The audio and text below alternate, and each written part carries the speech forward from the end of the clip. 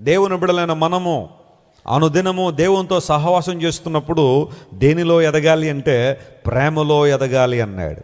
ఒక్కరి ఎడల ఒకడునో, చెప్పండి, మనుష్యులు అందరి ఎడలను మనం ఏం చేయాలి? ప్రేమలో ఎదగాలి, వర్ధిల్లాలి. మానవుడు అన్ని విషయాల్లో వర్ధిల్లడానికి ప్రయత్నం చేస్తున్నాడు ఈ రోజుల్లో, కానీ ప్రేమలో మాత్రం అభివృద్ధి పొందలేకపోతున్నాడు. అదే ద్వేషం, అదే సంకుచిత స్వభావం, ఇతరులను హేట్ చేయడంలో చాలామంది ఇంకా ఉన్నతమైన స్థానంలో ఉన్నారేమో అనుకుంటాం కదా. హేట్రేడ్ అనేది చాలా భయంకరమైన పరిస్థితి. కులాన్ని బట్టి ద్వేషించేవాళ్ళు కొంతమంది ఉంటారు. వారికంటే ఏదైనా తక్కువ కులస్తులు కనబడగానే కులాన్ని బట్టి ద్వేషించేవాళ్ళు. దేవుని దగ్గర కులాలు లేవు అని చాలాసార్లు మనం వింటున్నాను, కానీ కొంతమంది ఇంకా ఆ కుల జాడ్యం, ఆ కుల గజ్జితో బాధపడుతూనే ఉన్నారు. ఆయా సందర్భాల్లో చాలా విషయాలు మనం వింటూనే ఉన్నాం.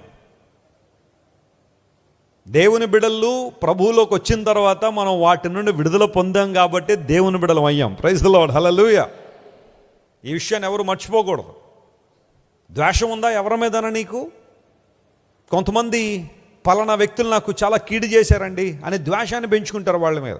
అవకాశం దొరికితే నేనేంటో రుజువు చేసుకుంటానండి, నా పవర్ ఏంటో రుజువుపరుచుకుంటానండి, నాకు అవకాశం వచ్చింది కాబట్టి వాళ్ళని కూడా క్రష్ చేస్తానండి, వాళ్ళని కూడా అప్రెస్ చేస్తానండి, ఎందుకంటే ఒకప్పుడు వాళ్ళని అప్రెస్ చేశారని చాలామంది ప్రతీకారాన్ని, ఆ భయంకరమైన రివెంజ్ని వారి హృదయాల్లో పెట్టుకుంటారు. యోసేపు అదే రివెంజ్ తన మనసులో పెట్టుకుని ఉంటే అన్నలకు మేలు చేసి ఉండేవాడు కాదు. అన్నలు చేయకూడని ప్రతి ఘోరాన్ని చేశారు. యోసేపు హృదయంలో కనుక రివెంజ్ అనే ఆ మాటకు చోటు ఉంటే అన్నంలో ముప్పతిప్పులు పెట్టి ఉండేవాడు. కానీ యోసేపు అదంతా తీసేశాడు. కారణం అంటే యోసేపు దేవుని ఆత్మతో నింపబడినవాడు. Praise the lord. సమాజంలో బహుశా కొంతమంది నీకు కీడు కలిగి చేసి ఉండొచ్చు, నీ కుటుంబ సభ్యులే నీకు అన్యాయం చేసి ఉండొచ్చు. కొంతమంది బహుశా నీ ఆఫీసులో వాళ్ళు, నీ యూనివర్సిటీ వాళ్ళు నిన్ను నిందలకు గురి చేసి, ఇబ్బందులకు గురి చేసి, సమాజంలో ఒక చెడ్డ వ్యక్తిగా నేను చిత్రీకరించి ఉండొచ్చు. అయితే తీర్పు తీర్చే అధికారం ఎవరికి ఇచ్చేయాలి? మనం దేవునికి ఇచ్చేసేయాలి.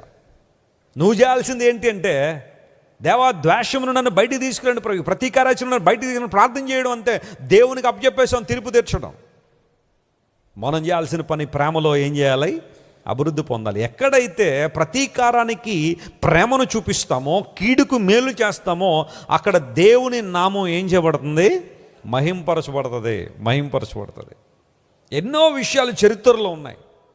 సింపుల్గా మనం మాట్లాడుకోవాలనుకుంటే అనేక మంది జీవితాల్లో జరిగిన సంఘటనలను ప్రేమను వ్యక్తం చేయడం ద్వారా అనేక మందిని ఆలోచింపజేశారు వాళ్ళు.